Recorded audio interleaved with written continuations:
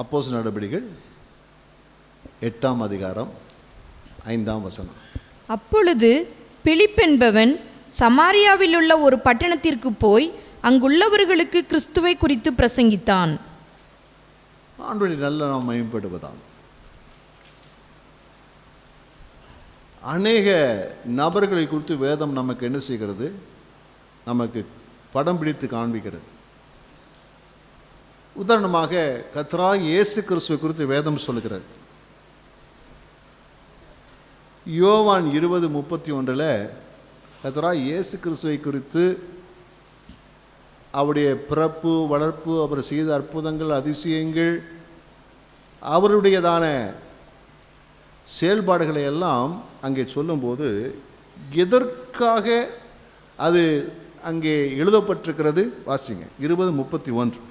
இயேசு தேவனுடைய குமாரனாகிய கிறிஸ்து என்று நீங்கள் விசுவாசிக்கும்படியாகவும் விசுவாசித்து அவருடைய நாமத்தினாலே நித்திய ஜீவனை அடையும்படியாகவும் இவைகள் எழுதப்பட்டிருக்கிறது. நோக்கம் என்னன்னா, இயேசு கிறிஸ்து விசுவாசிக்கணும், அவரை ஏற்றுக்கொள்ளணும், நித்திய ஜீவனை பெற்றுக்கொள்ள வேண்டும்.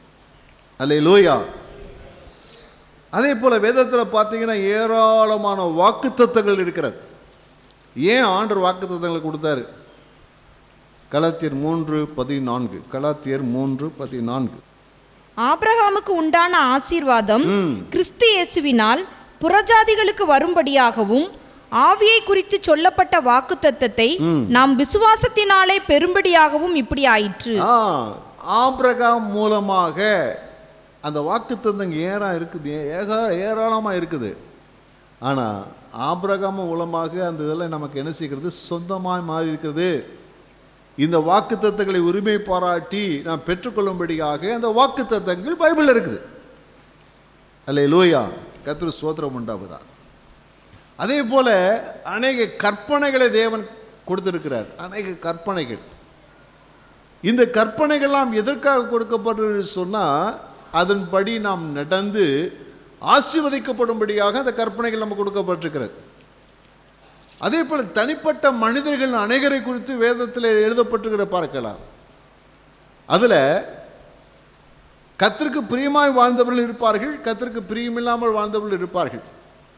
அப்போ கர்த்தருக்கு பிரியமாய் வாழ்ந்த மனிதர்கள் எதற்காக சொன்னால், அவருடைய மாதிரியை பார்த்து நாமும் கர்த்தரை பின்பற்றும்படியாக.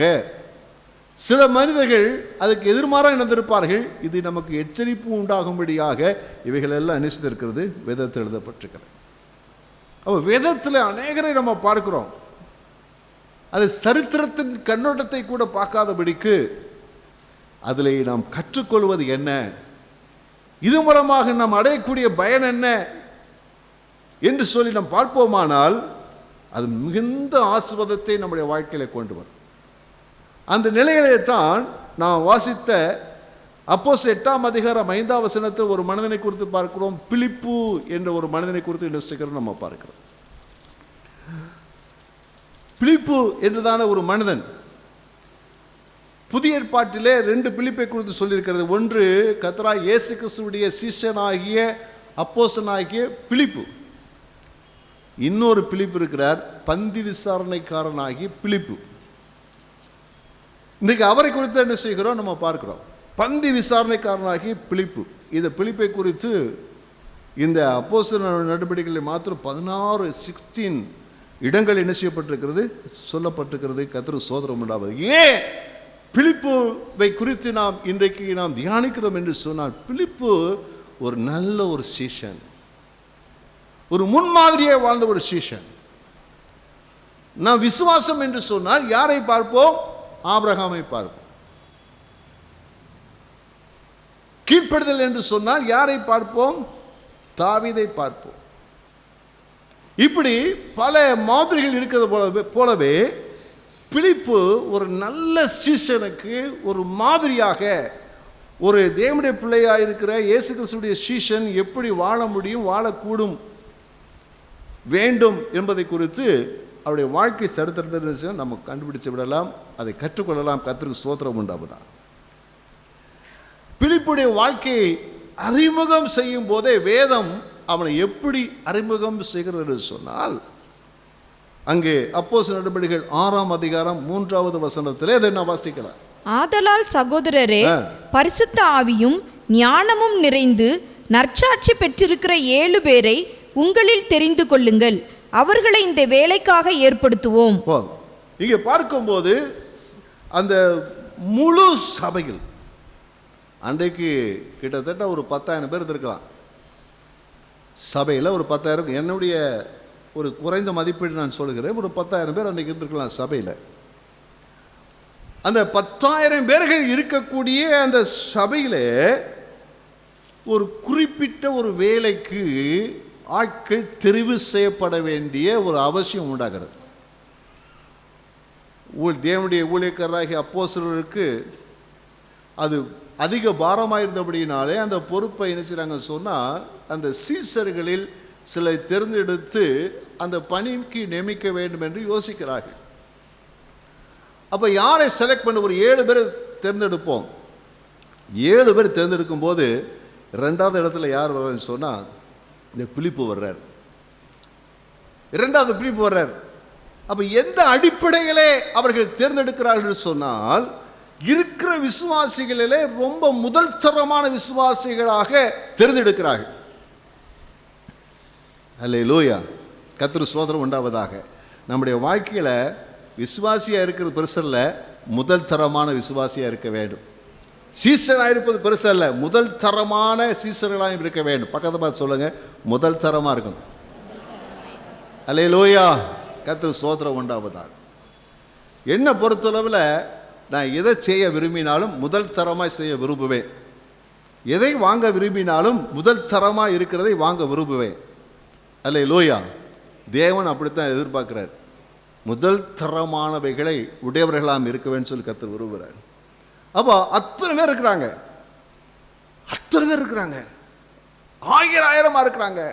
ஆனால் அந்த முதல் தரம் என்று சொல்வது எதன் அடிப்படையில் என்று பார்த்தால், அதில் இங்கே 3 காரியம் சொல்லப்பட்டிருக்கிறது. அந்த வசனத்தை வாசிங்கம்மா. ஆதலால் சகோதரரே, பரிசுத்த ஆவியும் ஞானமும் நிறைந்து நற்சாட்சி பெற்றிருக்கிற 7 பேரை உங்களில் தெரிந்து கொள்ளுங்கள். அப்போ பாருங்க, பரிசுத்த ஆவியின் நிறைவு, ஞானத்தின் நிறைவு, நற்சாட்சி, இந்த 3 காரியம் ஒரு விசுவாசியுடைய தரத்தை நிர்மாணிக்கக்கூடியதாக நினைச்சிருக்கிறது. நீங்கள் ஒரு நல்ல சீஷனாக இருக்கிறீர்கள், ஒரு நல்ல சிறந்த விசுவாசியாக இருக்கிறீர்கள், முதல் தரமான விசுவாசியாக இருக்கிறீங்கன்னு சொல்லி சொன்னால், இந்த 3 அடிப்படையில் என்ன செய்யப்படுகிறது, இங்கே தெரிய செய்யப்படுகிறது பார்க்கிறோம். முதல்ல என்னதுன்னா, பரிசுத்த ஆவியின் நிறைவு. ஹல்லேலூயா, வேதம் சொல்லுது எப்பொழுது எதில் நிறைஞ்சிருக்கணுமா, பரிசுத்த ஆவியிலே நிறைந்திருக்க வேண்டும். அப்போ வேறு நிறைவு இருக்கத்தான் செய்யுது. உலகத்தில் அநேக நிறைவுகள் இருக்குது. ஆனால் ஒரு தேவன் அவருடைய சபையில் எதில் முதல் தரமாக பார்க்குறான்னு சொல்லி சொன்னால், ஒரு விசுவாசி ஆவியிலே நிறைந்தவராக இருக்கிறாரா, அதை தான் கர்த்தர் என்ன செய்கிறாரு, அவர் பார்க்குறார். ஆமென். இயேசுவானவரும் 4ஆம் அதிகாரம், லூக்கா 4ஆம் அதிகாரம் 1ஆம் வசனத்தில் வாசித்து பார்த்தீங்கன்னா, அங்கே இயேசுவானவர் 4:1, இயேசு பரிசுத்த ஆவியினாலே நிறைந்தவராய் யோர்தானை விட்டு திரும்பி ஆவியானவராலே வனாந்தரத்திற்கு கொண்டு போகப்பட்டு. அப்போ பரிசுத்த ஆவியிலே நிரப்பப்பட்டவராய். அல்லேலூயா, பக்கத்தில் கேளுங்களேன், பரிசுத்த ஆவியினால் நிரப்பப்படுறதுலாம் என்ன, நிரம்பி இருத்தல் என்றால் என்ன, பரிசுத்த ஆவியினால் நிரம்பி இருத்தல் என்றால் என்ன சொல்லுங்களேன், நீங்களே சொல்லுங்க. எதனால பரிசுத்த ஆவியினாலே நிரம்பி இருத்தல் என்றால் என்ன? அழகா சொல்றாங்க. இயேசுவானவர் பரிசுத்த ஆவியினால் நிரப்பப்பட்டவராக அவரால் என்ன செய்யப்பட்டாரு, வழிநடத்தப்படுறார். பரிசுத்த ஆவியினால் நிறைந்திருத்தல் என்றது பரிசுத்த ஆவியானவரால் நடத்தப்படுகிற ஒரு அனுபவம். கர்த்தருக்கு ஸ்தோத்திரம் உண்டாவது. அப்போ ஒரு விசுவாசி எப்படிப்பட்டவராக சொன்னால், மாம்சத்தில் நடத்தக்கூடாது. மாம்சீக எண்ணங்கள், மாம்சீக உணர்வுகள், மாம்சீகமான செயல்களில் என்ன செய்யக்கூடாது, இருக்கக்கூடாது. மத்தேயு 23:28 சொல்லியிருக்கிறது, பின்பகுதியில் உள்ளத்திலும் மாயத்திலும் அக்கிரமத்தினாலும் நிறைந்திருக்கிறீர்கள் அப்படி சொல்லி ஆண்டவர் அங்கே பரிசேயரை பார்த்து சொல்றார். அப்போ உள்ளத்துல தவறானவைகள் நினைக்கக்கூடாது. நம்முடைய வாழ்க்கை பரிசுத்த ஆவியினால் நிரப்பப்பட்டவர்களாக இருக்க வேண்டும். அல்லேலூயா. உங்களை பார்த்து ஒரு கேள்வி கேட்கிறேன், பரிசுத்த ஆவியானவர் தவறு செய்வாரா? சொல்லுங்களேன். ஒருவன் தவறு செய்ய மாட்டார். நான் பரிசுத்த ஆவியானவரால் நிறைக்கப்பட்டவர்களாக பரிசுத்த ஆவியினால் நடத்தப்படுகிற ஒரு அனுபவம் இருக்கும் என்றால் நான் ஒருபோதும் என்ன செய்ய மாட்டோம்? தவறு செய்ய மாட்டோம். ஏன் தவறு செய்கிறோம்? ஏன் தவறு செய்கிறோம்? நாம் நம்முடைய சுய எண்ணத்தினாலே, சுய விருப்பத்தினாலே காரியங்களை நடப்பிக்கிறதுனாலே என்ன செய்கிறோம்? தவறு செய்கிறோம். ஆக பரிசுத்த ஆவியால் நிரப்பப்படும். நமக்கு அடையாளமே என்ன தெரியுமா? நீங்க தேவ பிள்ளைங்கிறதுக்கு அடையாளம் என்ன தெரியுமா? ரோமர் 8:14 வாசிங்க. மேலும் எவர்கள் தேவனுடைய ஆவியினாலே நடத்தப்படுகிறார்களோ, அவர்கள் தேவனுடைய புத்திரராய் இருக்கிறார்கள். அவங்க தாங்க தேவனுடைய புத்திரர். யார் தேவனுடைய பிள்ளைகள்? தேவ ஆவியினால் யார் நடத்தப்படுகிறார்களோ அவர்கள் தான் தேவனுடைய பிள்ளைகள். அப்போ யாரெல்லாம் தேவனுடைய பிள்ளைகளாய் தேவனுடைய ஆவியால் நடத்தப்படாது இருக்கிறார்களோ அவர்கள் யார்? தேவனுடைய பிள்ளைகள் அல்ல. நல்லா விளங்கிக் கொள்ள. தேவனுடைய ஆவியினால் யார் நடத்தப்படுகிறார்களோ அவர்கள் தான் தேவனுடைய பிள்ளைகள். அப்படியானால் தேவ ஆவியானவரால் நடத்தப்படாம தன் சுய விருப்பம், சுய இசித்தம், சுய இச்சையில நடக்கிறவங்க தேவனுடைய பிள்ளைகள் என்று சொல்ல இயலாது. அதனால தான் அவங்க முதல்ல எது செலக்ட் பண்றாங்கன்னா தேவ ஆவியின் நிறைவு.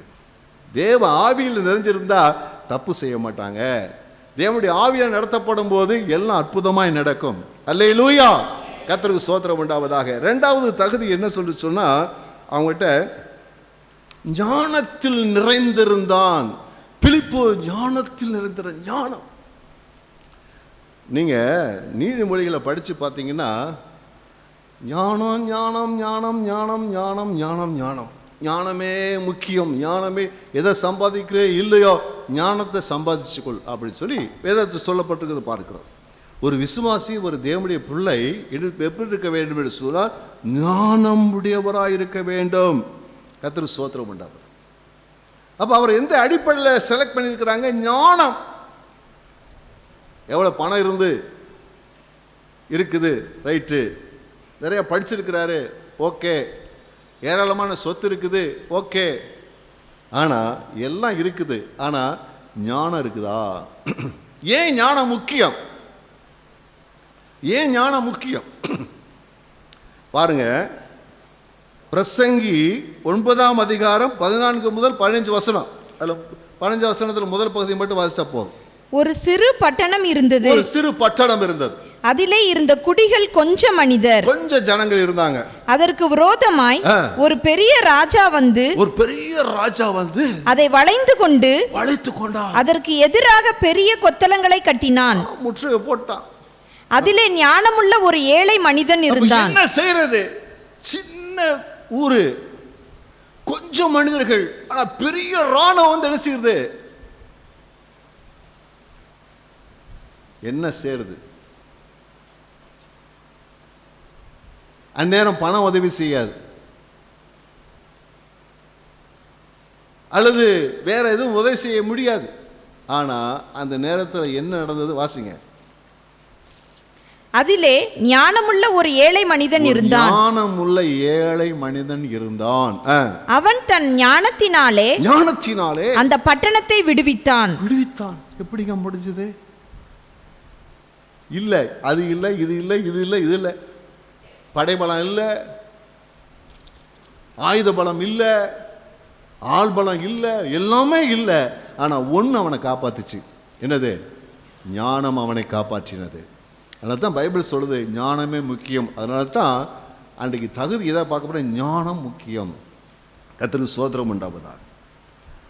அப்போ ஞானம் என்றது என்ன? நம்ம எல்லாருக்கும் நிறைய அறிவு இருக்கலாம். ஆனால் எவ்வளவுதான் அறிவு இருந்தாலும், எவ்வளவுதான் வசதிகள் இருந்தாலும் அதை சரியாய் பயன்படுத்தாவிட்டால் அதுக்கு நமக்கு ஞானம் இல்லை என்று அர்த்தம். அந்த ஏழை மனிதன் தன் ஞானத்தினால் ஏதோ ஒன்று செஞ்சா ஊர் காப்பாற்றப்பட்டது, ஜனங்கள் காப்பாற்றப்பட்டார்கள். சமயத்துக்கு தக்க ஒரு காரியத்தை அவன் செய்தான். இன்றைக்கு நம்முடைய வாழ்க்கையில் சமயத்துக்கு ஏற்ற வேலைகளிலே சரியான காரியத்தை நாம் அறிந்திருப்போமானால் அதுதான் ஞானம். வேதத்தை படிச்சு பாருங்களேன். கொலோசியர் 4ஆம் அதிகாரம் 5ஆம் வசனமும் 6வது வசனம். புறம்பே இருக்கிறவர்களுக்கு முன்பாக ஞானமாய் நடந்து காலத்தை பிரயோஜனப்படுத்திக் கொள்ளுங்கள். காலத்தை பிரயோஜனப்படுத்தினாதான் ஞானம். எப்போ என்ன செய்யணுமோ அந்தந்த காலத்தில் அதை தான் என்ன செய்யணும். அதுதான் என்னது ஞானம். சில கற்பனை பண்ணிட்டே இருப்பாங்க, என்னது, நான் ஒரு நாள் வரும், நானும் நிறைய ஆத்துமாக்கள் ஆதாயம் பண்ணுவேன், பரிசுத்தமாக வாழுவேன், கர்த்தருக்காக அப்படி பண்ணுவேன் இப்படி பண்ணுவேன். ஆனால் இப்போ நீ என்ன செய்கிற? இல்லையே. ஞானம் உள்ளவைகள் 4 அப்படின்னு சொல்லிட்டு எறும்பை குத்தி சொல்றார். ஞானம் உள்ளது என்ன வேலை செய்தாப்பா? அந்தந்த காலத்தில் செய்ய வேண்டியதை நாம் செய்யும் போது தான் ஞானம். அல்லேலூயா, கர்த்தருக்கு ஸ்தோத்திரம் உண்டாகுது. பந்தி விசாரிப்பில் பார்த்தீங்கன்னா திடீர்னு பார்த்தீங்கன்னா ஏகப்பட்டவர் வந்துட்டாங்க, 20,000 பேர் வந்துட்டாங்க. அந்நேரம் ஞானம் இல்லைன்னா என்ன செய்யணும் தெரியலன்னா அடிப்படி சண்டை போட்டுட்டு இருப்பாங்க. ஞானம் உள்ள என்ன செய்வானா, அப்படி பண்ண இப்படி பண்ண அதை பண்ண, இங்கே வாங்க இங்கே வாங்க, டக்கு டக்குன்னு காரியத்தை முடித்து பிரச்சனை தீர்த்து வச்சிருவான். அல்லேலூயா, ஆமென், அல்லேலூயா. 6ஆம் வசனம். அவன் அவனுக்கு இன்னின்னபடி உத்தரவு சொல்ல வேண்டும் என்று நீங்கள் அறியும்படிக்கு உங்கள் வசனம் எப்பொழுதும் கிருபை பொருந்தினதாயும் உப்பால் சாரமேறினதாயும் இருப்பதாக. யார்கிட்ட என்ன பேசணும், எப்படி பேசணும், இது என்னது ஞானம். ஏற்ற வேளையில் சொல்லப்பட்ட வார்த்தை வெள்ளித்தட்டில் வைக்கப்பட்ட பொற்படத்துக்கு சமானம். அல்லேலூயா. அதனால தான் 31ஆம் சங்கீத நீதிமொழி 36ஆம் அதிகாரத்தில் குணசாலியான ஸ்திரீன்னு போட்டிருக்குது. ஏன் குணசாலி? ஞானமுள்ள ஒரு பெண். நம்முடைய வாழ்க்கையில் ஞானம் இருக்கணும், ஞானத்தை சம்பாதிக்கணும். ஆண்டவர் சொல்றாரு, யாக்கோபில் சொல்லிருக்குது, ஞானத்தில் குறைவுள்ளவனாக இருந்தால் ஜெபம் பண்ணுங்க, கர்த்தர் ஞானத்தை தருவார். வேதத்தை வாசிங்க, ஞானம் வரும். முதியோருடைய ஆலோசனை கேளுங்க, ஆலோசனை என்ன செய்யும், நமக்கு வரும். அப்போ நம்ம லைஃப்பில் வாழ்க்கையில் ஞானம் உள்ளவளாக இருக்கணும். எப்போ எதை செய்யணும், எப்போ எப்படி பேசணும், எப்போ செய்யக்கூடாது, எப்போ அமைதியாக இருக்கணும், அந்தந்த காரியத்தில் செய்ய வேண்டியது சரியான நேரத்தில் சரியானபடி செய்வது தான் ஞானம். அல்லேலூயா, கர்த்தருக்கு ஸ்தோத்திரம் உண்டாவதுதான். ஆமென். இந்த நாட்களில் அப்படிப்பட்ட ஞானம் உடையவளாய் நாம் இருக்க கர்த்தர் நமக்கு உதவி செய்வாரா? பிலிப்பு அப்படிப்பட்ட ஞானம் உள்ளவன். அதான் முதல் சரம். அடுத்து பார்த்தீங்கன்னா நற்சாட்சி உள்ளவர்கள், விசுவாசிகள். அந்த என்ன சொல்றது, நல்ல தரமுள்ள விசுவாசி சொல்றதுல 3வது காரியம் சொன்னா நல்ல சாட்சி. ஒரு அல்லேலூயா சொல்லுவோமா? அல்லேலூயா சொல்லுவோமா? உங்க சாட்சியை எங்க போய் கேட்கணும் தெரியுமா? நீங்க குடியிருக்க வீட்டுக்கு பக்கத்தில் போய் கேட்கணும், அல்ல நீங்க வாடகை இருக்கிற வீட்டில் உள்ள அந்த ஓனர்கிட்ட போய் கேட்கணும் உங்க சாட்சியை. நீங்க குடியிருக்கிற வீட்டு ஓனர்கிட்ட போய் கேட்கணும், இந்த பிரதர் எப்படி, இந்த சிஸ்டர் எப்படி, இந்த அல்லது உங்க சுற்றி உள்ளவன்கிட்ட போய் கேட்கணும் உங்க எப்படி, உங்க சொந்த பந்தத்தில் கேட்கணும் உங்க எப்படி. ஐயோ தெரியாதனமா இவனுக்கு வீட்டை கொடுத்துட்டேன், தெரியாதனமா அன்னைக்கு லைஃப்பில் சாட்சி கிடையாது. கிறிஸ்தவனுடைய வாழ்க்கையில் சாட்சி ரொம்ப ரொம்ப முக்கியம். காலங்கள் நம்ம பார்த்தாலே ஒரு மரியாதை இருக்கணும். அப்போ அவங்க நேர்மையானவங்க, நீதியானவங்க, உண்மையானவங்க, சாட்சி இருக்க வேண்டும். அல்லேலூயா. அந்த சாட்சி நம்முடைய வாழ்க்கையிலே காணப்பட வேண்டுமானால் நம்மிடத்தில் என்ன ஜனங்கள் எதிர்பார்க்குறாங்க, தேவன் நம்மகிட்ட என்ன எதிர்பார்க்குறார்? 9 சுபாவங்கள் நம்முடைய வாழ்க்கையில் இருக்குது, அதை வெளிப்படுத்தணும். 9 சுபாவங்கள் நமக்குள்ள இருக்குது, அதை வெளிக்காட்ட வேண்டும். என்ன? கலாத்தியர் 5ஆம் அதிகாரம் 22-23 வசனங்கள். ஆவியின் கனியோ, ஆவியின் கனி. இது என்னது? நீங்க ஆவிக்குரியவர்கள் என்று நிரூபிக்கக்கூடியதான என்னது? கனி. நீங்கள் யார்? நீங்க ஆவிக்குரியவர்கள் என்று சொல்வதற்கு அடையாளம் என்ன? பவுல் சொல்றார்ல, நீங்கள் ஆவிக்குரியவர்கள் என்று உங்களிடத்தில் பேசாதபடிக்கு மாம்சத்துக்குரியவர்கள், குழந்தைகள் என்று நான் பேசுகிறேன்னு சொல்றார். ஏன்னா அவங்ககிட்ட என்ன இல்லை? சாட்சி இல்லை, கனி இல்லை. கனி நம்முடைய வாழ்க்கை ரொம்ப முக்கியமானது. நீங்க யார் என்பதை எது வெளிப்படுத்தும்? நீங்க தேவனுடைய பிள்ளைகள் என்பதை எதை வெளிப்படுத்தும் என்று சொன்னால் உங்களிடத்திலே காணப்படுகிற கனி தான். வாசிங்க. அன்பு, என்னது? என்னது? வம்பா? ஒரே வம்பா இருக்கு வீட்டில், அதான் பிரச்சனை. அன்பு. அல்லேலூயா, கர்த்தருக்கு ஸ்தோத்திரம் உண்டாவதாக. இது பிரச்சனையே இல்லை. நம்ம பிள்ளைக்கு ஒன்று அன்புன்னு பேரை வச்சிருவோம், முடிஞ்சு போச்சு கதை. அன்பு வந்துருச்சு. அன்பு. அப்புறம் சந்தோஷம். அன்பா இருக்கணும், யார்ட்டையும் பொறுத்து போகணும், விட்டு கொடுக்கணும். அன்பு. அப்புறம் சந்தோஷம், சந்தோஷம், சமாதானம், நீடிய பொறுமை, தயவு, நற்குணம், விசுவாசம், சாந்தம், இச்சையடக்கம். இதெல்லாம் நம்ம லைஃப்ல என்ன செய்யணும்? இருக்கணும். இதுதான் நம்ம சாட்சி. இதை வெளிப்படுத்தணும், இல்லைன்னு சொல்லக்கூடாது. என்னைக்கு ரட்சிக்கப்பட்டோமோ அன்னைக்கு உள்ள வந்துருச்சு. இந்த தெய்வீக சுபாவங்கள், தெய்வீக குணாதிசயங்கள் நமக்குள்ள வந்துருச்சு. ஆனா நம்ம என்ன செய்யறோம்னா, இந்த தெய்வீக குணாதிசயங்களை உள்ளடக்கி உலக மாம்சமான காரியங்களை வெளிப்படுத்துகிறோம். நாம் இந்த நாட்களில் அதில் கவனம் செலுத்த வேண்டும். இதுதான் முதல் தரமான விசுவாசியினுடைய அடையாளம் என்று பார்க்கிறோம். இன்னும் நம்ம என்ன செய்யக்கூடாது? மாம்சத்துக்கு ஒரு என்ன செய்ய இருக்கக்கூடாது. இந்த கனிகள் வெளிப்பட வேண்டும். கனிகள் வெளிப்பட்டு கொண்டே இருக்கணும். அல்லேலூயா. அல்லேலூயா வரமாட்டேங்குது. நல்ல அல்லேலூயா சொல்லுவோமா? அல்லேலூயா, கர்த்தருக்கு ஸ்தோத்திரம் உண்டாவதாக. இன்றைக்கு ஆண்டவர் இப்படிப்பட்ட விசுவாசிகளை தேவன் எதிர்பார்க்கிறார். இப்படிப்பட்டதான சீசர்களை கர்த்தர் எதிர்பார்க்கிறார். விசுவாசிகள் இந்த நாட்களில் இப்படிப்பட்ட முதல் தரமா இருக்க வேண்டும். நீங்க பாத்தீங்கன்னா, வேதத்தில் பாத்தீங்கன்னா முதல் தரமானதெல்லாம் கர்த்தருக்கு.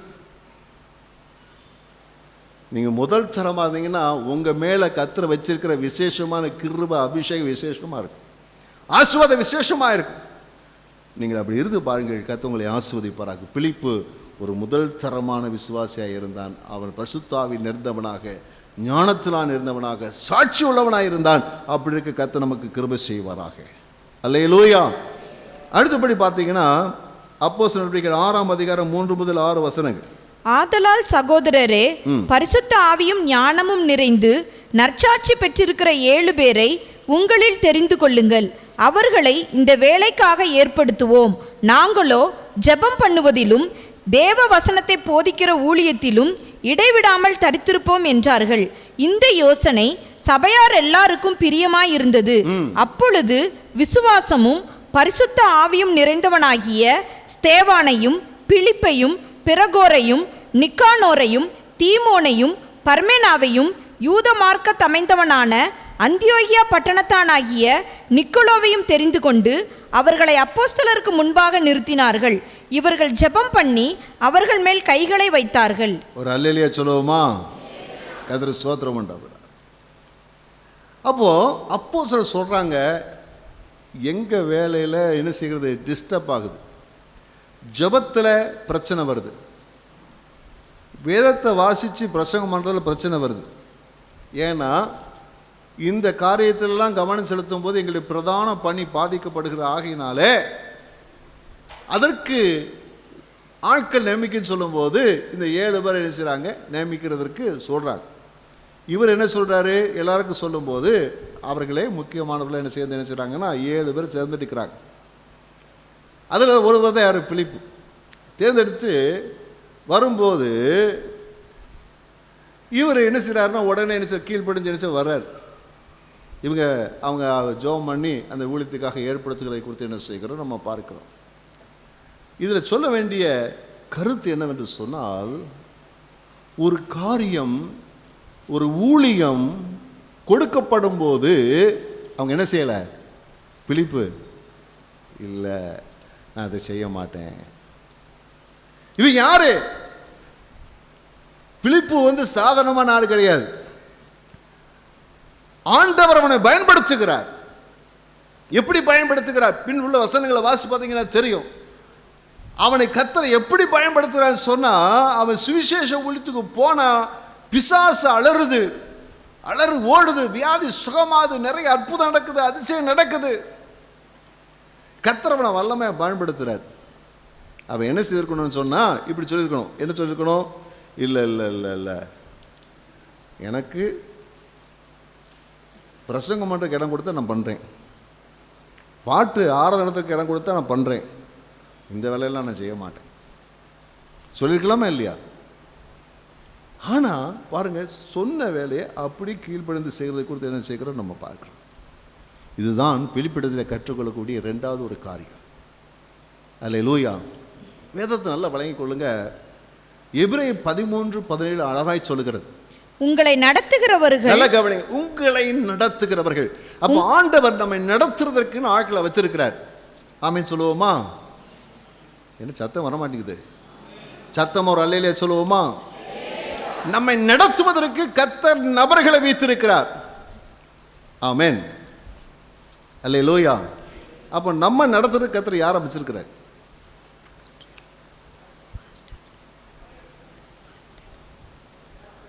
யாரு?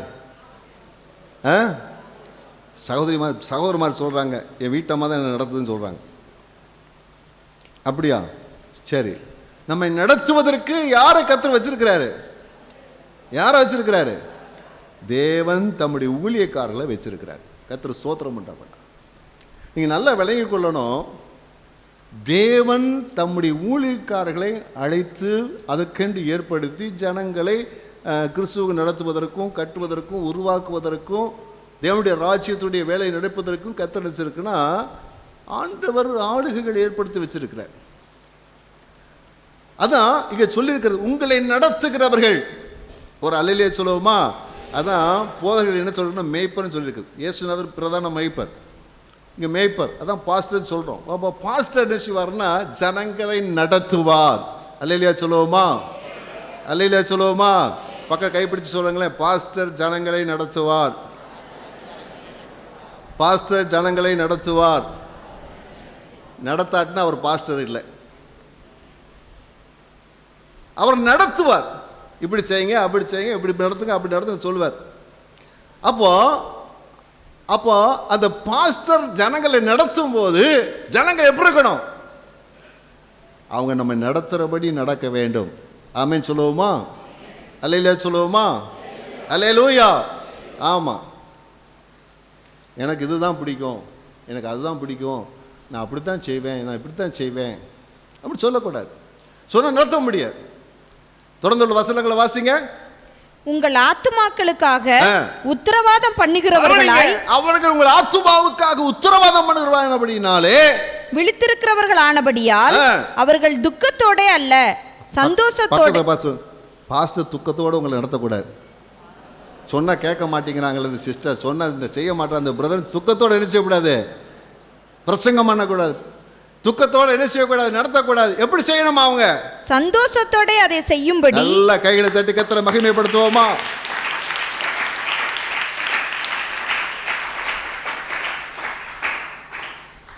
ஒரு காரியம் ஞாபகத்துக்கு வருது, நான் சொல்கிறேன். நான் இந்த சபைக்கு வந்தபோது முன்னாடி இந்த கோழிக்கூண்டு சர்ச்சுன்னு ஒரு சர்ச் இருந்து, அது கோழிக்கூண்டுனா கோழி கடைக்கு பக்கத்தில் இருக்கும், ஒரு சின்ன கூண்டு மாதிரி தான் சர்ச்சு இருக்கும். அப்போ அந்த சர்ச்சில் நான் பொறுப்படுத்த போது எப்படி இருக்குன்னு சொல்லி சொன்னால், அந்த சர்ச்சே ஒரு வித்தியாசமாக இருக்கும்னு வச்சுங்களேன். ஒரே குப்பையாக இருக்கும், வெளியெல்லாம் புல்லாக இருக்கும், பால் அடைஞ்ச மண்டபம் மாதிரி இருக்கும், உழுக்கில் பார்த்தீங்கன்னா மண்ணாக கிடக்கும், அந்த இதிலெல்லாம் பார்த்தீங்கன்னா செல்ஃப்லாம் பார்த்தீங்கன்னா மண்ணாக இருக்கும், இப்படி இருக்கும். எல்லா விசுவாசிகளுக்கும் கஷ்டம். சர்ச்சு நல்லா இல்லையா, சர்ச்சு நல்லா இல்லையா, இது அப்படி இருக்கு எப்படி இருக்குன்னு சொல்லிட்டு. அப்போது ஆண்டவர் என்கிட்ட போதிச்சார், இப்படி ஜனங்களை நடத்துன்னு சொல்லிட்டு. ஒரு நாள் என்ன செய்தேன்னா, ஒரு மண்வெட்டி ஒன்றா ரெண்டா தெரில, சில கடப்பாறை இதை ரெடி பண்ணி வச்சு ஞாயிற்றுக்கிழமை பிரசங்கத்தை பண்ணிவிட்டு, நானும் பாஸ்டர்மாவும் நான் மண்வெட்டி வெட்ட போகிறேன், இல்லை கடப்பாறை பாஸ்டர்மா மண்வெட்டி இது மண்வெட்டி வச்ச போகிறேன், பெருக்குமாறு நிறைய ரெடி பண்ணி வச்சுட்டோம். பாஸ்டர்மா உள்ளே பெருக்க போகிறாங்க, யாராலும் எங்களோட சேர்ந்து கொள்ள போகிறீர்கள். மணி நேரத்தில் பார்த்தீங்கன்னா சர்ச்சு ஜேன்னு மாறிச்சு. கரங்களை தட்டி கர்த்தரை மகிமைப்படுத்துவோமா? அல்லேலூயா.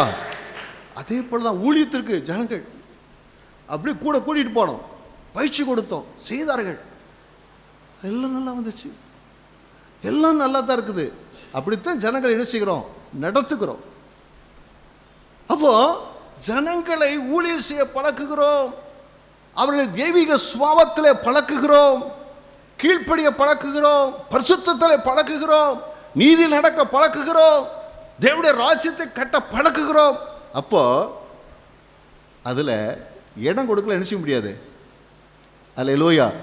அந்த வேலையில் ஒருத்தர் கோச்சிக்கிட்டு சபை விட்டு போயிட்டார். அந்த வேலையை செஞ்ச உடனே ஒருத்தர் கோச்சி போயிட்டார். ஆனால் இருக்கிறவங்கெல்லாம் தங்கமாய் வளர்ந்தார்கள். கரங்களை தட்டி கர்த்தரை மகிமைப்படுத்துவோமா? அல்லேலூயா.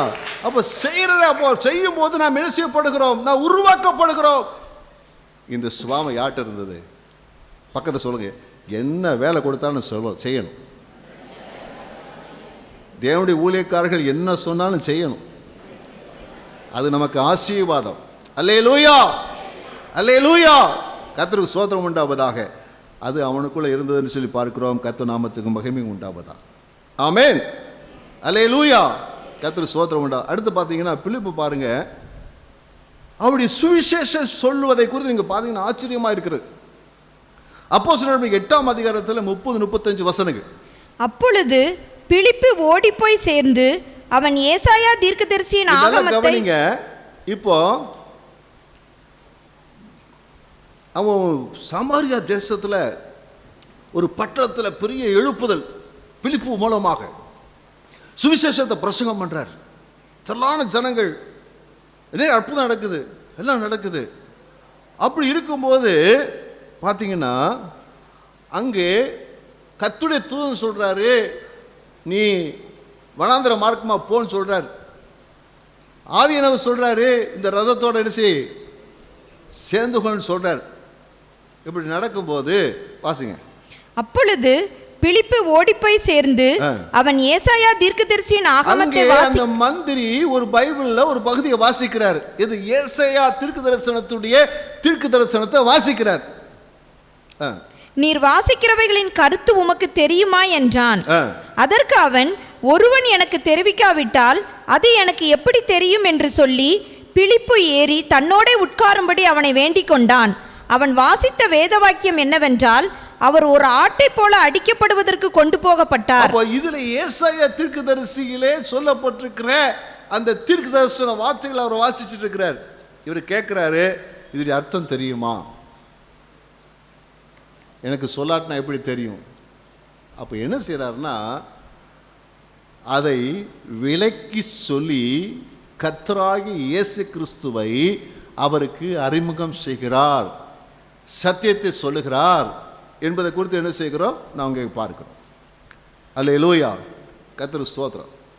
அப்போ இவருக்குள்ளே ஆழமான வேத அறிவு அவருக்குள்ள என்ன செய்தது? இருந்தது. ஹல்லேலூயா. ஒரு விசுவாசிக்குள்ள எது இருக்குன்னு சொன்னா ஆழமான வேத அறிவு இருக்க வேண்டும். இந்த வேத அறிவு தான் நம்முடைய வாழ்க்கை என்ன செய்யும்? கட்டும். நாம் வேதத்திலே தேர்ந்தவர்களாக இருக்க வேண்டும். அல்லேலூயா. கர்த்தருக்கு ஸ்தோத்திரம் உண்டாவதா. அப்போ அவருக்கு சொல்லத்தக்கதா அவருடைய பேசுகிற வார்த்தையில பார்த்தீங்கன்னாக்க அவர் என்ன செய்கிற வேதத்தை நல்லா கற்று தேர்ந்தவராக என்ன செய்ய இருக்கிறார். 66 புஸ்தகங்களையும் நல்லா தரவா தெரிஞ்சிருக்கணும். ஒரு அல்லையிலே சொல்லுவோமா? பக்கத்தில் கேளுங்க, பைபிள் எத்தனை முறை வாசிக்கிறீங்க? ஒரு 10 முறை பைபிள் வாசி நீங்கள் கிறிஸ்தவங்களே கிடையாது. ஒரு 10 முறையாக பைபிள் வாசிச்சிருக்கணும். ஆமேன்னு சொல்லுவோமா? சில முழிக்கிறீங்களே. ஒரு 10 முறை பைபிள் என்ன செய்யணும்? வாசிச்சிருக்கணும். அதுக்காக தான் சபையில் என்ன செய்யறோம்னு சொன்னால் 2 முறை வாசித்தா கிஃப்ட் தரோம், 3 தடவை வாசித்தா கிஃப்ட் தரேன்னு சொல்லி உங்களை உற்சாகப்படுத்துகிறோம். வேதத்தை கற்றுக்கொள்ள வேண்டும். அதுக்கு என்ன தேவைன்னு சொன்ன வாஞ்சை. 1 பேதுரு 2:3 கலங்கம் இல்லாத ஞானப்பான் மேலே வாஞ்சா இருங்க. வேதத்து மேலே வாஞ்சை நம்ம இருக்கணும். நமக்கு எப்பொழுது வாஞ்சை? வேத வாசிக்கணும், வேதத்தை வாசிக்கணும், வேதத்தை கற்றுக்கொள்ளணும். அல்லேலூயா, அல்லேலூயா. சங்கீதக்காரன் சொல்றான், பரதேசியாய் தங்க வீட்டில் உம்முடைய பிரமாணங்கள் எங்களுக்கு கீதங்களாயின. ஹல்லேலூயா. அப்போ வேத வசனம் நமக்கு என்ன செய்யணும்? ஒரு நல்ல ஒரு சந்தோஷத்தை கொடுக்கக்கூடிய ஒரு பாடலை போல நம்முடைய வாழ்க்கையில் காணப்படும். ஆமீன் சொல்லுவோமா? அல்லேலூயா சொல்லுவோமா? அப்போ வேதத்தை நல்ல வாஞ்சையோடு நமக்கு வேத வசனம் எல்லாம் அப்படி காமிக்க பாப்போம். அல்லேலூயா, கர்த்தருக்கு ஸ்தோத்திரம். பைபிள் புஸ்தகத்தில் படிங்க. எதில் படிக்கக்கூடாது? செல்ஃபோனில், ஸ்மார்ட் ஃபோனில், டேப்பில் என்ன செய்ய படிக்கக்கூடாது. அவசரத்துக்கு பாருங்க, தப்பு கிடையாது. ஆனால் இதில் இரவும் பகல் என்ன செய்து கொள்ள வேண்டும்? நான் தியானம் பண்ண வேண்டும். சங்கீதம் 1:2 சொல்லுது, இரவும் பகல் என்ன செய்யணும்? அதை நேசிக்கணும், அதில் வாஞ்சியாக இருக்கணும். இரவும் பகல் தியானம் பண்ணுங்க. ஒரு அல்லேலூயா சொல்லுவோமா? அல்லேலூயா. ஒரு மனுஷன் சொல்லும்போது சொன்னாங்க, இப்படி சொன்னாங்க, ஒரு சகோதரி, எப்படிங்க நீங்கள் பைபிளை வாசிப்பீங்க? நான் எல்லா இடத்துலும் பைபிள் வச்சுருப்பேன். கிச்சனுக்கு போனால் அங்கே பைபிள் வாசிப்பேன், பெட்ரூம் போனால் அங்கே பைபிள் வாசிப்பேன், டைனிங் ஹால் போனால் அங்கே வாசிப்பேன், ஹாலில் போனால் அங்கே, எங்கே போனாலும் என்ன செய்வேன்?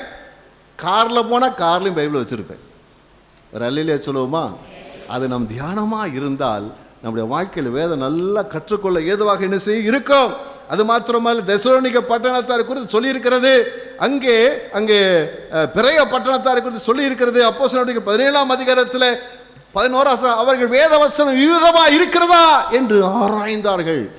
ஆராய்ச்சி செய்ய, வேதத்தை ஆராய்ச்சி, வாஞ்சியாக இருக்கணும், தியானம் பண்ணணும், வாசித்து தியானம் பண்ணணும், ஆராய்ச்சி பார்க்கணும். இந்த பைபிளில் என்ன சொல்லியிருக்குது பார்க்கணும். ஆமீன் சொல்லுவோமா?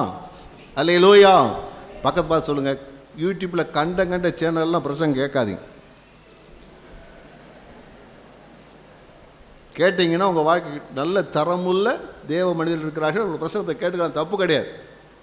ஆனால் கண்டதெல்லாம் பேசி உங்கள் வாழ்க்கையில் தவறான உபதேசத்தை கற்றுக்கொள்ளக்கூடாது. நீங்கள் வேதத்தை நல்லா வாசிச்சிங்கனாலே கர்த்தர் என்ன செய்வார்? அல்லேலூயா. இதெல்லாம் பார்த்தீங்கன்னா அவனுக்குள்ள இதெல்லாம் இருந்தது மாத்திரமல்ல, அவன் என்ன செய்கிறான் பாருங்க. அங்கே போய் அந்த ஆளுக்கு, அந்த மந்திரிக்கு அவன் சுவிசேஷத்தை என்ன செய்கிறான்? அழகாய் சொல்லுகிறான். அழகாய் சொல்றான். என்ன அழகாய் சொல்றான் பாருங்க, என்ன அற்புதமா சொல்றான் பாருங்க. நீ வாசிக்கிற வேத பகுதியுடைய அர்த்தம் உனக்கு தெரியுமா? தெரியாது. ஆனா இதுல பாத்தீங்கன்னா இது கன்க்ளூஷன் எப்படி வருது? எவ்வளவு நேரம் பேசுறான்னு தெரியாது. பேசி முடிச்ச உடனே அவருடைய கன்க்ளூஷன் எப்படி வருது? நான் ஞானஸ்தானம் எடுப்பதற்கு தடை, தண்ணீர் இருக்கிறதே, ஞானஸ்தானம் எடுப்பதற்கு தடை என்ன? இப்போ என்ன அர்த்தம்? இவர் நல்லா அங்கே சத்தியத்தை சொல்லி எதுக்குள்ள நடத்திவிட்டாரு? ரட்சிப்பு நடத்திட்டாரு. அது நடத்திட்டாரு, ஞானஸ்தானத்துக்குள்ள நடத்திவிட்டார். நடக்குமா? எப்படி செய்ய முடிந்தது?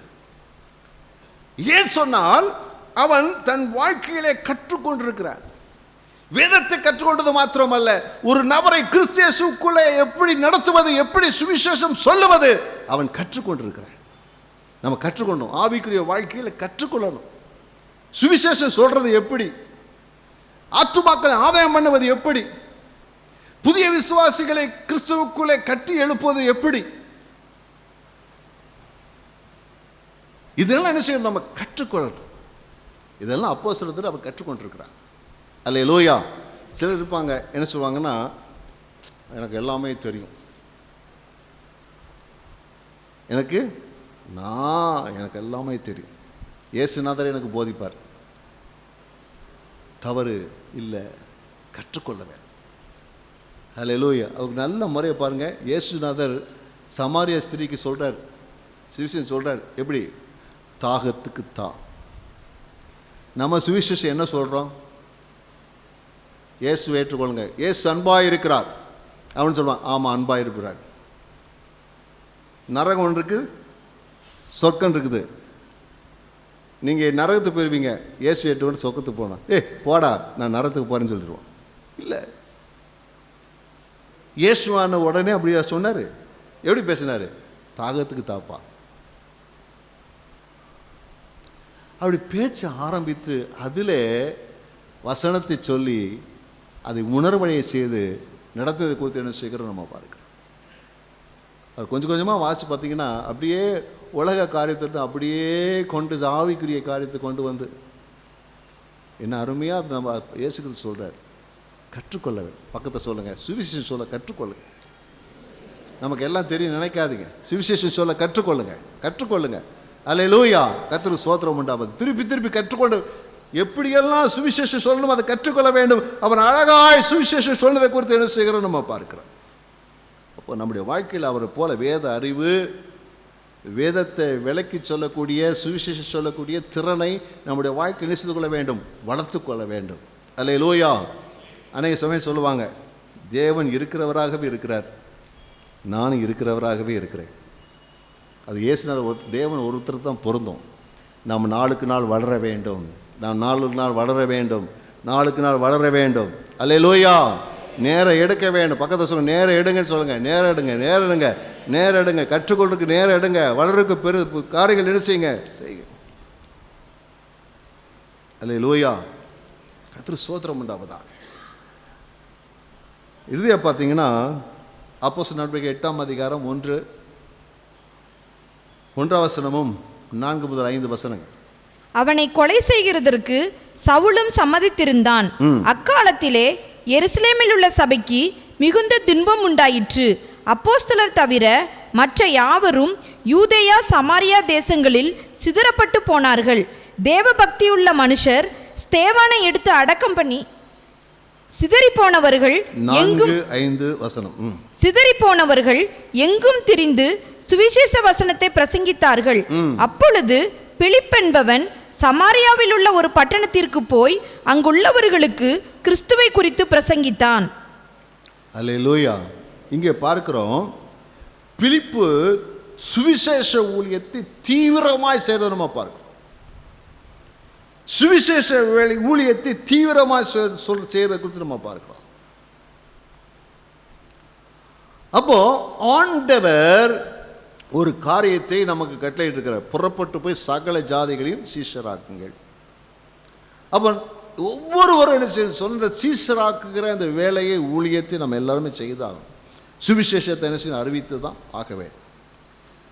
அப்போ இவர் யார் என்று சொன்னால் யூதர் சமாரியர்கள் அவர்களுக்கு அருவருப்பானவர்கள். ஆனாலும் அந்த தேசத்தில் போய், அந்த பட்டணங்களில் போய், அந்த பட்டணங்களில் ஒருவர் போய் என்ன செய்கிறாருன்னா சுவிசேஷத்தை என்ன செய்கிறாரு, அவர் அறிவிக்கிறதை குறித்து என்ன செய்கிறார் நம்ம பார்க்கிறோம். ஹல்லேலூயா. கர்த்தருக்கு ஸ்தோத்திரம் உண்டாவதாக. சரி, இந்த பிலிப்புவுக்கு இந்த சுவிசேஷத்தை இப்படி போய் அறிவிக்க வேண்டும் என்று அவரை தூண்டி எழுப்பினது என்ன? எங்கேயாச்சும் போன இடத்துல போய் என்ன பிரச்சனையா இருக்குது போப்பா அப்படின்னு சொல்லிட்டு எங்கேயாச்சும் ஒரு பெட்டி கடை வச்சு படுத்து உட்காந்துருக்கலாம்ல, அல்ல ஒரு வேலைக்கு போய் உட்காந்துருக்கலாம்ல. வேலை செய்திருப்பார், கண்டிப்பாக வேலை செய்யாமல் இருந்திருக்க முடியாது, கண்டிப்பாக வேலை செய்திருப்பார். ஆனால் அவைகள் மத்தியிலும் அவர் என்ன செய்கிறார், சுவிசேஷத்தை சொல்றார். ஏனென்றால் வேதம் அழகாய் சொல்கிறது, யோவான் 14ஆம் அதிகாரம் 6ஆம் வசனம். அதற்கு இயேசு, நானே வழியும் சத்தியமும் ஜீவனுமாய் இருக்கிறேன், என்னாலே அல்லாமல் ஒருவனும் பிதாவினிடத்தில் வரான். பிதாவிடத்தில் போறதற்கு அல்லது பரலோகத்துக்கு போறதற்கு இயேசு தவிர வேறு வழியே கிடையாது. நான் சொல்றேன், நானே வழி. இயேசு இல்லாம எந்த ஒரு ஆத்துமாவும் பரலோகத்துக்கு போக முடியாது. அப்போ இந்த நாட்கள் நம்ம ஒன்றாக எழுந்து கொள்ள வேண்டும். இந்த நாட்களிலே இயேசு இல்லாத ஆத்துமா பரலோகத்துக்கு போகாது. யாரா இருந்தாலும் சரி, நம்ம அப்பாவா இருந்தாலும் சரி, நம்ம கூட பிறந்தவங்களா இருந்தாலும் சரி, அவர் எவ்வளவு பெரிய ஞானியா இருந்தாலும் சரி, இயேசுதான் வழி. இயேசுவை தவிர ஒருவர் பரலோகத்துக்கு போற வழி மார்க்கம் கிடையவே கிடையாது. ஆமென். அல்லேலூயா, அல்லேலூயா. இன்னொன்னு பாருங்க, 1 தீமோத்தேயு 1ஆம் அதிகாரம் 15வது வசனம். பாவிகளை ரட்சிக்க கிறிஸ்து இயேசு உலகத்தில் வந்தார் என்கிற வார்த்தை. அப்போ பாவிகளை ரட்சிக்கத்தான் இயேசு உலகத்தில் வந்தார். பாவ ரட்சகர் இயேசு கிறிஸ்து ஒருவர் தானே தவிர வேறு எவரும் பாவங்களை ரட்சிக்க முடியாது. எல்லாரும் பாவம் செய்து ஏகமாய் கெட்டு போனார்கள். நன்மை செய்கிற ஒருவனும் இல்லை, ஒருவனாகிலும் இல்லை. அப்படிப்பட்ட நிலையில பாவிகளை ரட்சிக்கும்படியாக இயேசு இந்த உலகத்தில் வந்தார். அவர்தான் மனுக்குல பாவத்திற்காக சகலத்தையும் சகல உலகத்தையும் உண்டாக்கின சிருஷ்டிகர்த்தராய் இயேசுவானவர் தேவகுமாரனானவர் இந்த உலகத்திலே மாம்சத்தில் வந்து நம்முடைய பாவங்களுக்காக நம்முடைய அக்கிரமங்களுக்காக பாடுபட்டு மரித்து 3ஆம் நாள் உயிரோடு கூட அவர் எழுந்தவர். கர்த்தருக்கு ஸ்தோத்திரம் உண்டாவதாக. அப்போஸ்தலர் 4:12 விதமாக சொல்லுகிறது, அவராலே அன்றி இயேசு கிறிஸ்துவாலே அன்றி வேறொருவராலும் ரட்சிப்பு இல்லை. ஒருவரால் ரட்சிப்பு கிடையவே கிடையாது. நாம் ரட்சிக்கப்படும்படிக்கு வானத்தின் கீழ் எங்கும் மனுஷர்களுக்குள்ளே அவருடைய நாமமே அல்லாமல், இயேசு என்ற நாமமே அல்லாமல் வேறொரு நாமம் கட்டளையிடப்படவும் இல்லை என்றான். வேறு எந்த ஒரு நாமம் கிடையாது. இயேசுவை தவிர வேற வழி கிடையவே கிடையாது. ஒரு மனுஷன் பழையத்துக்கு போகணும்னா இயேசு இல்லாம கதி கிடையவே கிடையாது. நல்ல விளைக்கொள்ளும். அதைத்தான் பிலிப்பு தூண்டி எழுப்பி, இயேசு இல்லாம ஒருத்தர் நிச்சய முடியாது, பலது போக முடியாது, நித்திய ஜீவனை பெற்றுக்கொள்ள முடியாது. அப்போ எல்லா மனிதர்களும் அழிகிறாங்களே, எல்லாரும் நரகத்துக்கு போறாங்களே, எல்லாரும் பாவம் செய்து ஏகமாய் கெட்டு போனா நித்திய நரகமாகிய அக்கினியும் கந்தகம் எடுக்கிற அக்கினி கடலை பங்கடைவார்களே, அந்த பாரம் அந்த உணர்வு அவனை சும்மா இருக்க முடியல. அவன் என்ன செய்றாங்க? சுவிசேஷத்தை அறிவிக்கும்.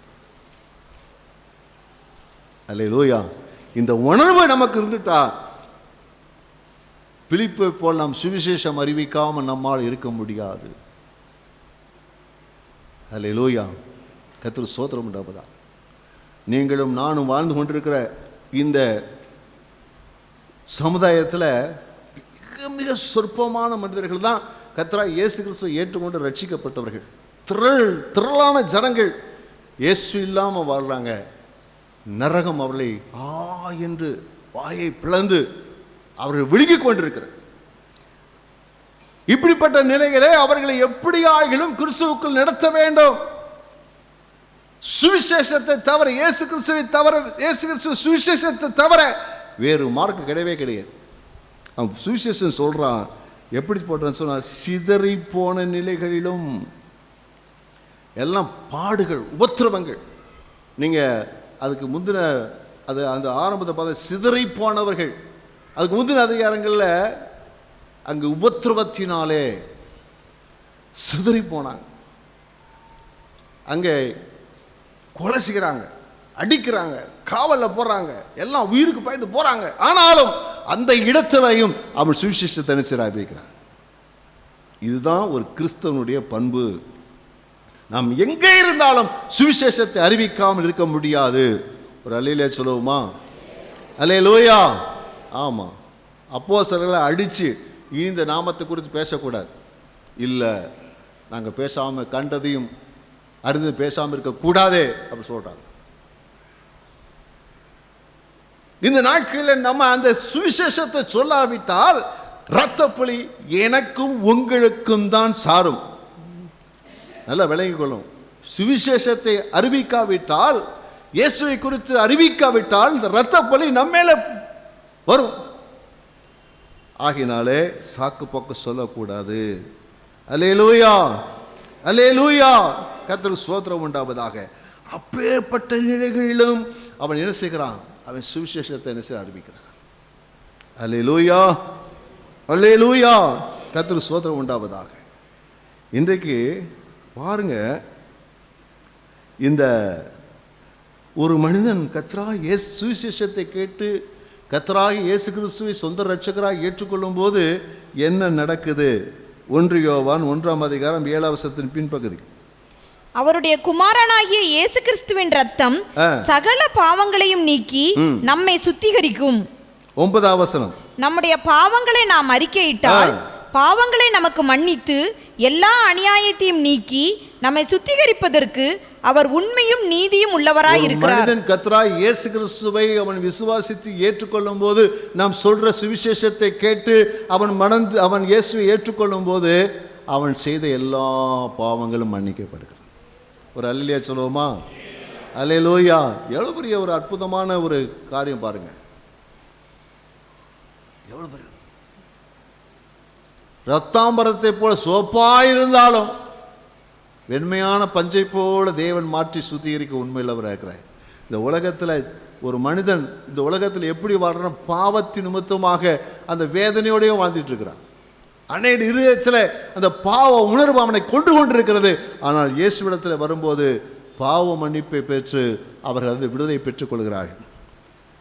எபேசியர் 2:19 ஆகையால் நீங்கள் இனி அந்நியரும் பரதேசிகளுமாய் இராமல் பரிசுத்தவான்களோடே ஒரே நகரத்தாரும் தேவனுடைய வீட்டாருமாய் இருந்து தேவனுடைய வீட்டார். இப்ப என்ன?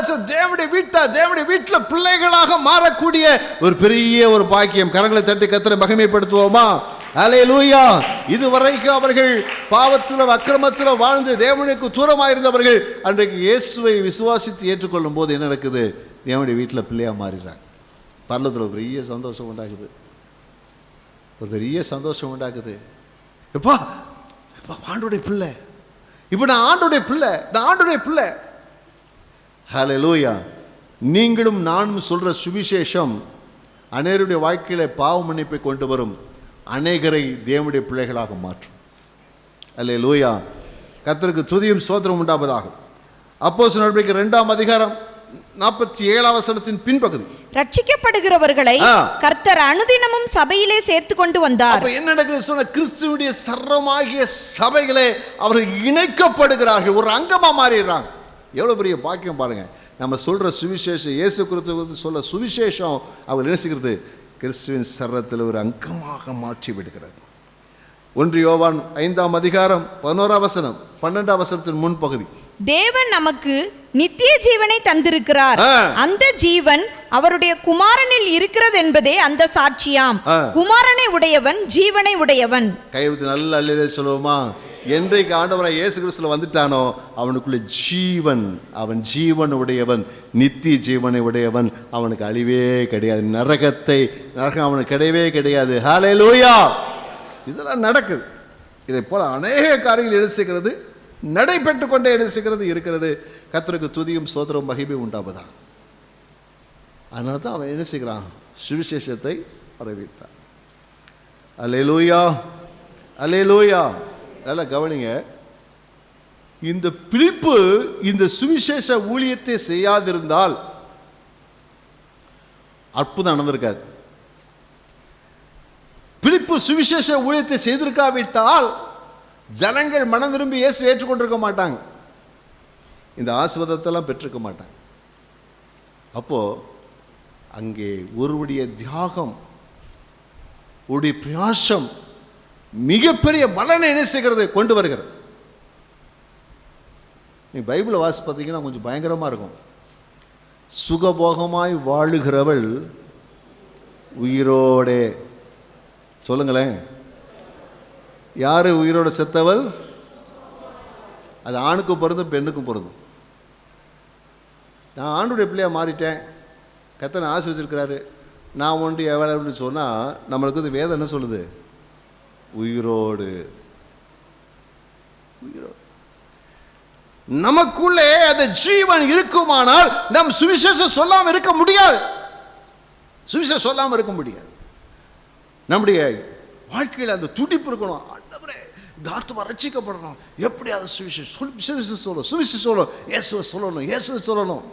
அல்லேலூயா. கர்த்தருக்கு ஸ்தோத்திரம் உண்டாவதாக. அப்போ அவன் அறிவித்தான். ஜனங்கள், திரளான ஜனங்கள் இயேசு ஏற்றுக்கொண்டாங்க. அவன் அறிவித்தான், அற்புதம் நடந்தது. அவன் அறிவித்தான். அப்போஸ்தலர் 8:8 அந்த பட்டணத்தில் மிகுந்த சந்தோஷம் உண்டாயிற்று. ஹல்லேலூயா. அந்த பட்டணத்தில் மிகுந்த மிகுந்த ஒரு பெரிய சந்தோஷம், சொல்ல முடியாத சந்தோஷம். இதே போலதான் அங்கே தனி ஒரு நபருக்கு, மந்திரிக்கு அவர் சுவிசேஷம் சொல்லும்படி பரிசுத்தாவியில் நடத்தப்படுகிறார். போய் சொல்றாரு. அவர் நினைச்சிருக்கலாம், எனக்கு ஏகப்பட்ட வேலை இருக்குது. தீர்க்கதரிசி இது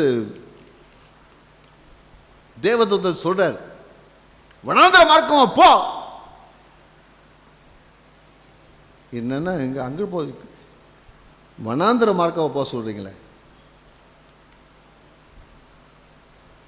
இல்ல, போனார். ரதத்தின் பின்னால ஓடு, அந்த ரதத்தை போய் பிடி. ஓடுறாங்க. ரதம்னா சாதாரணமா? காரு 120 கிலோமீட்டர் வேகத்தில் ஓடுது, பின்னாடி ஓடுறான். என்ன கஷ்டம், ஆனால் ஓடுறான். அந்த ஊழியத்தை செய்தான், சுவிசேஷம் சொன்னான். அந்த மந்திரி ரட்சிக்கப்பட்டார். அவன் மூலமாக அந்த தேசம் சந்திக்கப்பட்டது. ஹல்லேலூயா, ஹல்லேலூயா. இந்த நாட்களில் நம்முடைய வாழ்க்கையில் சுவிசேஷத்தை சொல்லும். இந்த நாட்களில் பிழிப்பிடுதலை கற்றுக்கொள்ள வேண்டிய கடைசி காரியம் சொன்னால், அவன் மூலமாக திரளான ஜனங்கள் இணைக்கப்பட்டார்கள், ரட்சிக்கப்பட்டார்கள். கர்த்தருக்கு ஸ்தோத்திரம் உண்டாகட்டும். அது அந்த பட்டணமாக மாறிடுச்சு.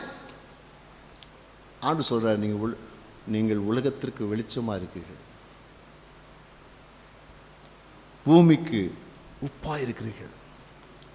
உங்கள் மூலமாக ஒரு கூட்ட ஜனங்கள் ரட்சிக்கப்படும், உங்கள் மூலமாக ரட்சிக்கப்படும். கர்த்தர் அவரை கொண்டு அப்படிப்பட்டதான காரியங்களை செய்திருக்கிறார். ஹல்லேலூயா. இன்றைக்கு பிழைப்பை போகிற நம்முடைய வாழ்க்கை என்ன செய்ய மாறுவதா? ஹல்லேலூயா. நம்மளை பற்றி 4 பேர் பேசணும். சே, இப்படி ஒரு விசுவாசி இருந்தாங்கப்பா, சே அவங்க தான் மாடல், அவங்க தான் மாடல். ஹல்லேலூயா.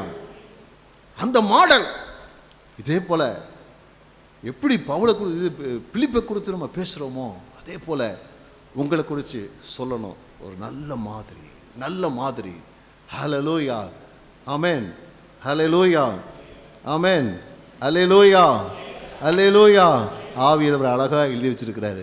எப்பா பின்பற்றக்கூடிய ஒரு மாதிரியை பாரு, பிலிப்பை பாரு, பிலிப்பை பாரு, பிலிப்பை பாரு, பிலிப்பை பாரு. உன் லைஃப் அப்படி மாற்றிக்கோ, உன் லைஃப் அப்படி மாற்றிக்கோ. காலத்தை வேஸ்ட் பண்ணிடாத, காலத்தை வேஸ்ட் பண்ணிடாத. நீ செய்ய சொல்லி ஆவியானவர் நம்மோடு பேசி கொண்டிருக்கிறார். நம்ம இடம் கொடுத்தால் நம்முடைய வாழ்க்கையில் நாம் ஆஸ்வதிக்கப்பட்டவர்களாக இருப்போம். ஹல்லேலூயா. பிலிப்புடைய பெயர் இந்த புஸ்தகத்தில் எழுதப்பட்டிருக்கிறது போலவே நம்மை குறித்து ஆவியானவர் அவருடைய ஞாபக புஸ்தகத்தில் எல்லாவற்றையும் அழகாக எழுதி வச்சிருப்பார், அழகாக எழுதி வச்சிருப்பார். ஒரு நாள் நம்ம போகும்போது, என் பிதாவினாலே ஆசீர்வதிக்கப்பட்டிருப்பாப்பா, எனக்காக எப்படி பிரயாசப்பட்டிருக்காப்பா, எப்படி வாழ்ந்திருக்காப்பா, எவ்வளவா நீ உண்மையாக இருந்திருக்காப்பா, பாப்பா உனக்காக ஆயத்தம் பண்ணதை எவ்வளோ விசேஷம் பாரு. அங்கே போனவங்கள இப்படி திருச்சையா, இப்படி வந்திருப்பான் ஆண்டவரே, தெரியாமல் போச்சே, தெரியாமல் போச்சு. இல்லை, இப்போ உணர்வடைவோம், இப்படிப்பட்ட ஒரு நல்ல வாழ்க்கை வாழுவோம். கர்த்தர் நமக்கு கிருபை செய்வாரா. அல்லேலூயா. எல்லாம் எழுந்துட்டு நாம் ஜெபிக்க போகிறோம்.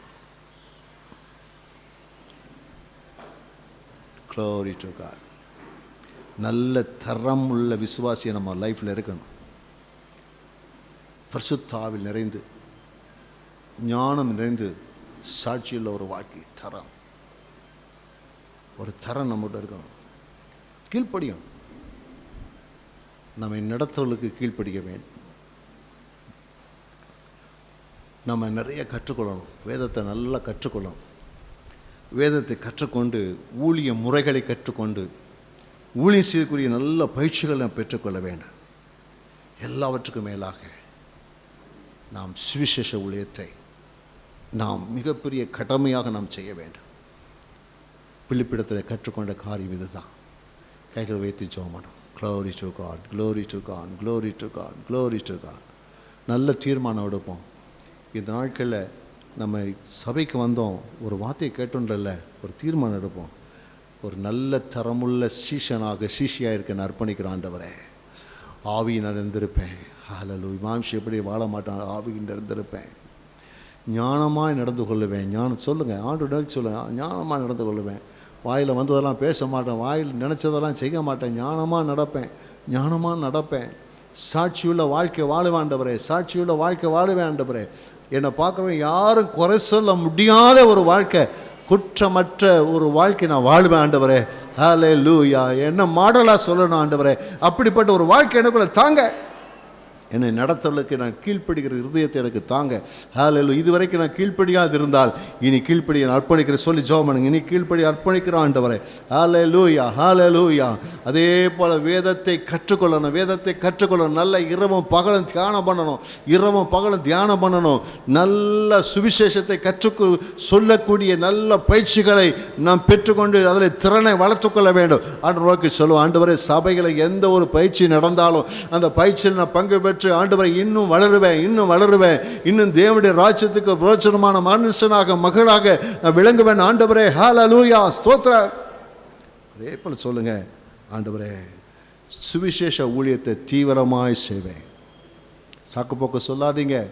காலம் ஓடிடுச்சு, காலம் ஓடிக்கிட்டே இருக்குது.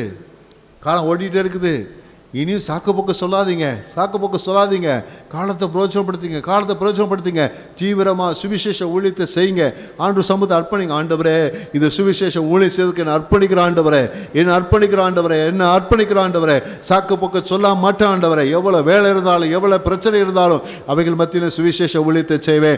ஆத்துமாக்களை சந்தித்து கிறிஸ்துவுக்குள் நடத்துவேன், சபைகளை கொண்டு வருவேன். எல்லாம் வலதுகையை உயர்த்தி எல்லாம் ஜெபம் பண்ணுங்க. ஹல்லேலூயா. சுவிசேஷத்தை சொல்லுவேன், ஆத்துமாதை பண்ணுவேன், சபைகளை கொண்டு வருவேன். ஹல்லேலூயா. நல்ல தீர்மானம் எடுக்கிற ஆண்டவரே, என் தீர்மானங்களை அங்கீகரித்துக் கொள்ளுங்க ஆண்டவரே, என் தீர்மானத்தை ஏற்றுக்கொள்ளுங்க ஆண்டவரே, என்ன பிளஸ் பண்ணுங்க ஆண்டவரே, ஆசீர்வதிங்க ஆண்டவரே. நீங்கள் அபிதமாய் செய்ய போறதுக்காக உமக்கு ஸ்தோத்திரம். உங்களுடைய ஜனத்தை ஆசீர்வதிங்க ஆண்டவரே. இந்த பிலிப்பு போல எங்கள் வாழ்க்கையில் ஒரு பெரிய ஒரு நல்ல வாழ்க்கை வாழ எங்களுக்கு உதவி செய்யபடி நாங்கள் ஜெபிக்கிறோம். எல்லாரையும் ஆசீர்வதிங்கப்பா. கர்த்தராகிய இயேசு கிறிஸ்துவின் நாமத்தில் எல்லா மேலே தேவ பிரசன்னம், தேவ வல்லமை இறங்கி வருவதாக. அவருடைய சரீரத்திற்கு வியாதிகள் இயேசுவின் நாமத்தில் மாறுவதாக, பலவீனங்கள் மாறுவதாக, போராட்டங்கள் மாறுவதாக. கர்த்தராகிய இயேசுவின் நாமத்தில் விடுதலையும் சமாதானமும் சுகமும் உண்டாக சொல்லி நாங்கள் ஆசீர்வதிக்கிறோம்.